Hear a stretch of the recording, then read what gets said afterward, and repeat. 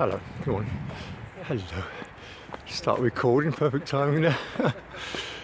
Well, hello there and good morning. A Friday morning, Friday afternoon actually, a little bit late this week in Thetford, Norfolk. Just walking alongside the river here. Very pleasant, but a bit cold. This week, I thought I'd return to a subject we touched on last week. 15-minute cities and other such restrictions. The pandemic, or the recent pandemic, was kind of used in some ways by many countries in a curiously kind of lockstep way to begin to impose restrictions on movements, particularly lockdowns, obviously. And so some of the restrictions were more drastic than others, but they all followed a certain pattern. You were allowed very limited time out, and you weren't allowed to see other people, all that sort of thing. And you were fined for not doing it. It seems to have turned out after all this time that the pandemic was perhaps not quite as much of a pandemic as we were told. And the latest stats coming through seem to indicate that far less people actually died of COVID than with COVID, i.e. they'd had a positive test but weren't actually dying of it. It was just like either they didn't have any symptoms because the tests were extremely sensitive, deliberately so, and just picked up what could even be a random pattern, or they simply it was just part of something else that they went into hospital for or whatever. But I believe it was the Netherlands came out with a stunning figure the other day, which was that if you were between 20 and 40 years old, you had I think it was 1 in 45,000 chance of actually dying from COVID. So, really small chance, far more chance getting run over by a bus or other such events. So, but it was used extensively. And the similarity of the kind of measures just to restrict people's movements, obviously internationally, but even locally. You can only go out for an hour at a time. Must take your exercise, don't go further than 5 miles from your home. So, you had extraordinary scenes like helicopters over Dartmoor, of people who've just gone out for a sandwich on a chat, 2 people chatting away on Dartmoor, and apparently required that kind of police presence. Or there's an extraordinary one in Canada where a man was rowing down the middle of a river for exercise and police boats chasing him. Necessary? He's in the middle of a river on his own. Even if you believed in COVID to that extent, how true would that be? Good morning. A lot of people like to jog along here and walk their dogs. It's a very pleasant place to do so. So on from the kind of panic about that particular pandemic has subsided somewhat, although I wouldn't be too surprised if another one is just around the corner, either the Marburg or bird flu. There's an awful lot of vaccines out there that they still want to use up, and they still want to make a lot of money out of this if possible. So we've now left with how to restrict people's movements. Oh yes, we've got global warming and CO2 levels. So an idea originating from a Colombian, not an architect, what do you call it, public designer, something along those lines, but Carlos Moreno, his name was, and he came out with the idea of 15-minute cities. Now, the actual basic idea is not that bad, and not something I would be against in its basic form. The problem I have is with the sense of restriction that they're bringing in with it. Now, the basic idea was the notion that you should be able to walk to all necessary facilities within 15 minutes of your front door. Now, of course, that means you'd have to live in some sort of city. Countryside living would be a bit beyond the limits, but I presume you could kind of make your way around that and make allowances if that was all that was being being kind of proposed. But what this has actually come to mean is the desire to build restrictive structures and zones without necessarily putting in the kind of facilities that 15 minutes would require. So before actually having the opportunity to have a sensible 15-minute city, they are building in the structure to keep you within that distance of your house. Yeah, you know, it's all the worst part of it without any of the good part. And it would work in its own way if you actually built places where you did have that situation of having the hospitals, dentists, schools, you know, everything that was needed within 15 minutes. That would work in itself, and there would be no need for arm twisting or legal systems designed around fining you for this and that. But what's actually happening is they're drawing lines on maps and saying this is your zone, and if you go into this other zone more than a certain number of times, I think it's 100 in Oxford at the moment, then you will be fined. And of course, well, 100 sounds like a lot, but you think if you drive across a couple of zones to pick up your daughter from school or something, there's 2 gone each way, 4 a day. That 100 trips lasts exactly 25 days before you start getting fined. It's not very much. So incredibly impractical. And yeah, incredibly restrictive. Now they've gone for the big stick method, where you know you're basically penalised, and yeah, and not really try to sort of like supply the real original. Well, apparently Mr. Moreno's original intent. Now apparently he did this proposal for the mayor of Paris, I believe it was, Anne Hidalgo.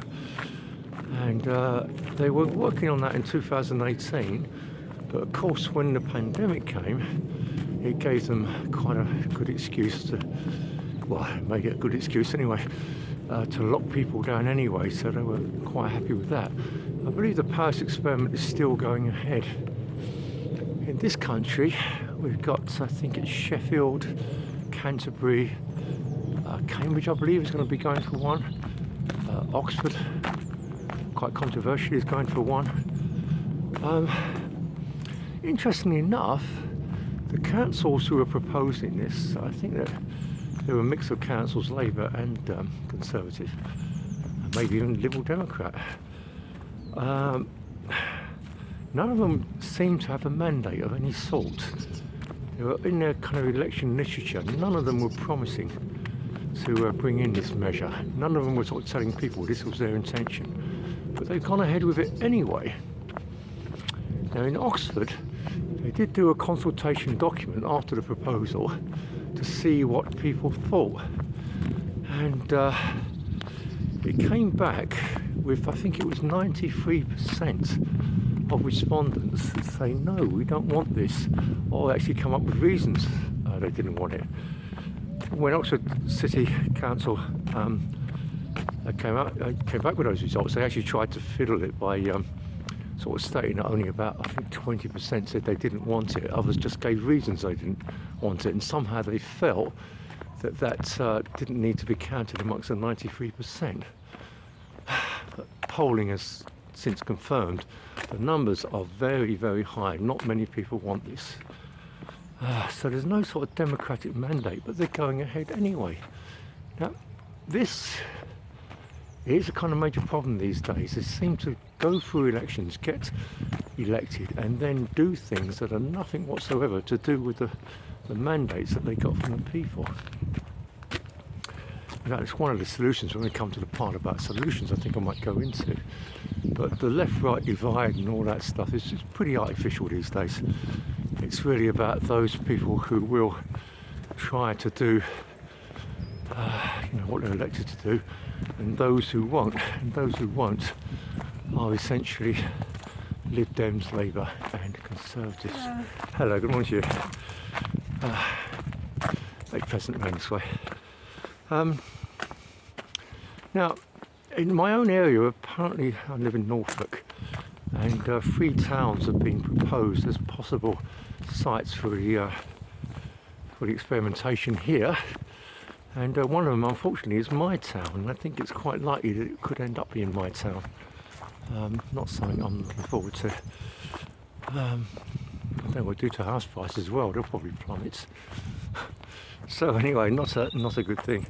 But yeah, people as usual are almost completely complacent about what's going on, and just sort of burying their heads further into the sand, pretending everything is still normal.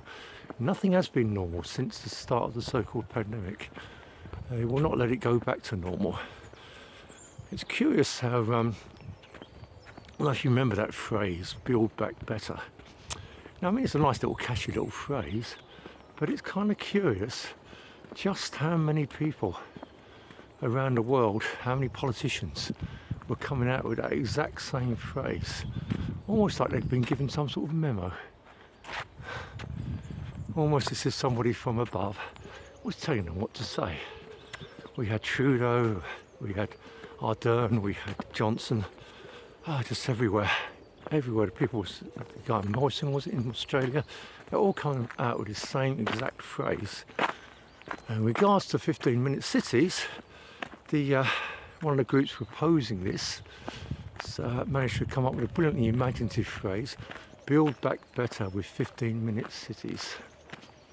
Joining these two kind of ideas rather neatly.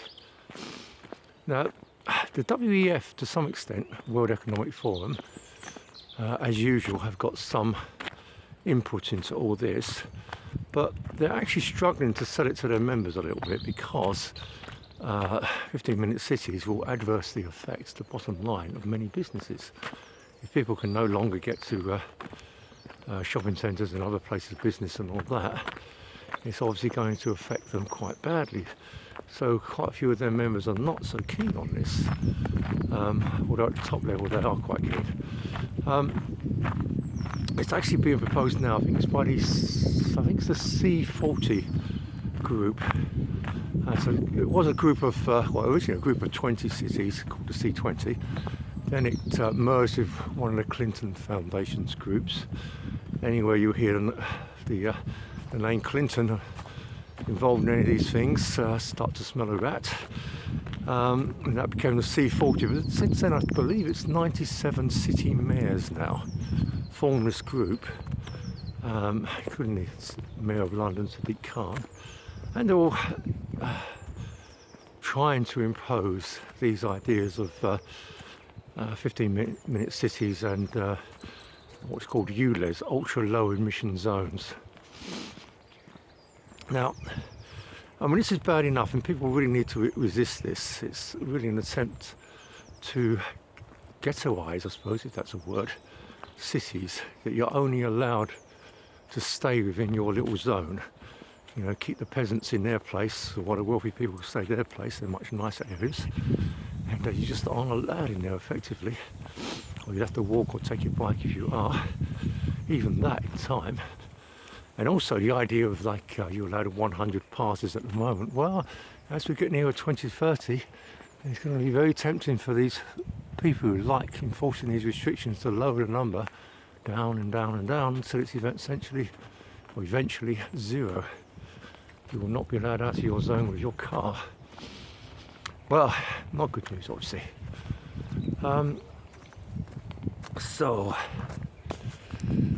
So these things are bad enough in themselves. They are an attempt to restrict citizens' movements. Completely undemocratic, completely unrepresentative. Nobody wants them other than those influenced by these global groups. You know, the UN, WEF, C40, etc. If they get a chance to combine these with CDBCs, that's when it gets really difficult for anyone to resist this sort of thing. CDBCs are being used in China at the moment, and they're used in such a way as to time limit currency, so that your currency is only worth anything for a certain length of time, and then if you don't spend it, the money becomes worthless. So essentially it's forcing you to kind of keep the economic wheel spinning, but not allowing you to save. That's one form, but the form that really worries me at the moment, and should concern us all, is the notion of location limited money. Now, in a sense, we've got that already with like national currencies and things like that, but it's a pretty wide area that you're allowed to use it in. You know, pound is quite useful within this country, and euro abroad, you know, dollar, etc. You can use them over quite wide areas. But what they're thinking in terms of, what seems to be quite a valid rumour on this, is the idea that your money will not be worth anything outside a specific range of where you live. I mean, this is not to be happening straight away, but it's a tool that they'll have in their toolbox once CDBCs are introduced. So the process goes ID cards, CDBCs, 15-minute cities, and essentially you're limited in all sorts of ways, what you can express, what kind of demonstrations you can go on, that sort of thing, how you can make yourself. All these things can be punished by CDBCs. Your access to money, to goods, and all that sort of things can be severely limited. In the case of 15-minute cities, yep, location would be an obvious way to limit what you can and can't do. And of course, buying petrol or diesel, they'll justify that under the CO2 or the global warming thing, and say, yep, you can't, because your contribution to global warming has been, you know, you've done 100 miles this month or something, that's your lot. Your CDBCs will not work anymore, so you cannot buy fuel for your car. So, this is the situation. It's not a good one. But some people are reacting. Well, you wouldn't know it from the mainstream media, but there's been a lot of protests in like Cambridge, Oxford, Sheffield. People do not like these, do not want them imposed on them. There's a very large protest in Oxford recently, attracted a lot of interesting people, a lot of media personalities and all that, but it was basically more or less ignored by the BBC, as is their wont. They did this throughout the lockdown, when even quite large protests, 100,000 at a time, were ignored in London, even one outside the BBC itself. So it seems that they want to starve any opposition view of any publicity. That seems to be the ongoing pattern with these things. Another interesting piece of opposition has been done by the people of Birmingham. It's an ultra low emission zone, I believe it's called. It's imposed in the centre of Birmingham, or in places around Birmingham, and around about 30,000 people a month have been driving willy-nilly through these zones, and they've been sending out fines, lots and lots of fines, many fines. But the people of Birmingham have decided, not for us, thank you very much, and have not paid the fines, and are not paying them in record numbers. It's like 90% of people are not paying them. Now, this actually is quite a challenge for the authorities, because in this country, if you refuse to pay a fine, eventually they have to take you to court. But if you imagine that 30,000 cases a month after month after month, with overstretched court systems that we have, eventually it's going to take, well, not eventually, pretty soon, it will take decades to actually do anything about, or be able to sort of take anybody to court. So the system can't work. So what's happened in practice, although again not much reported, is that the council more or less given up and written off loads of fines. So this seems to be the way to go.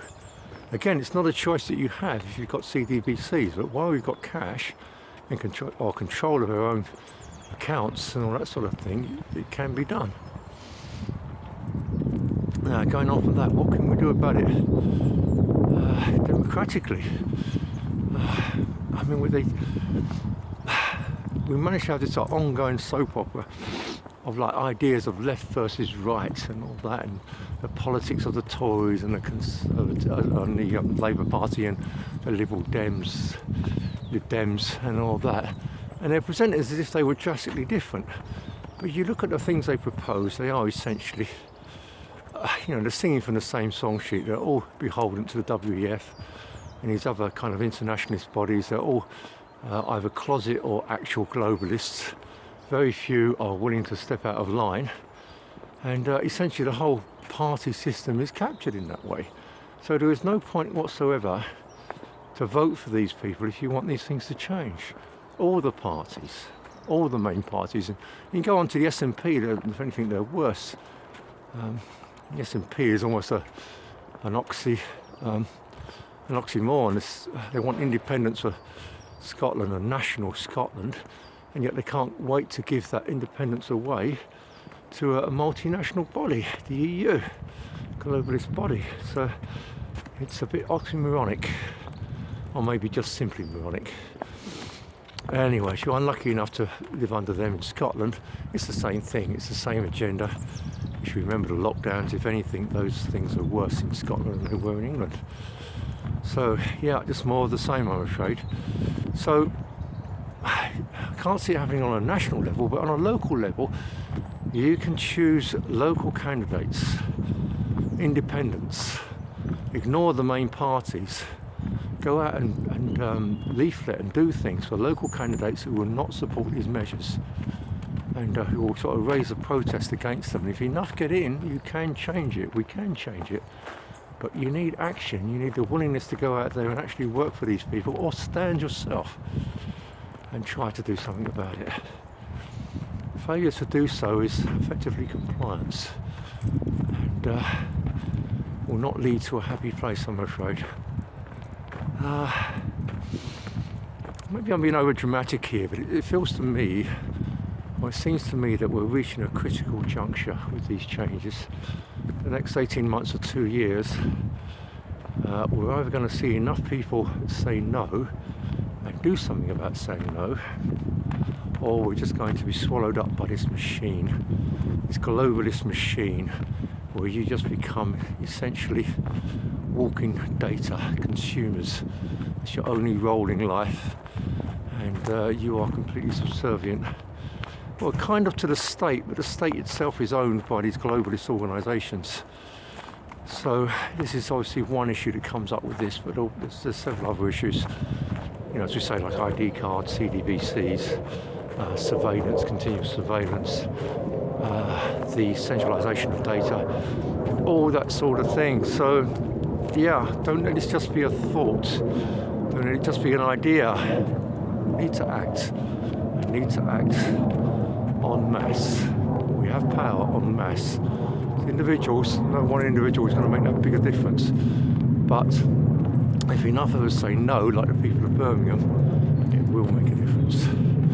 Okay, on that relatively happy note, relatively positive note, I think that'll do for today. Usual things, comment, subscribe, all that. Mostly enjoy, but hope to see you next week. TCFN.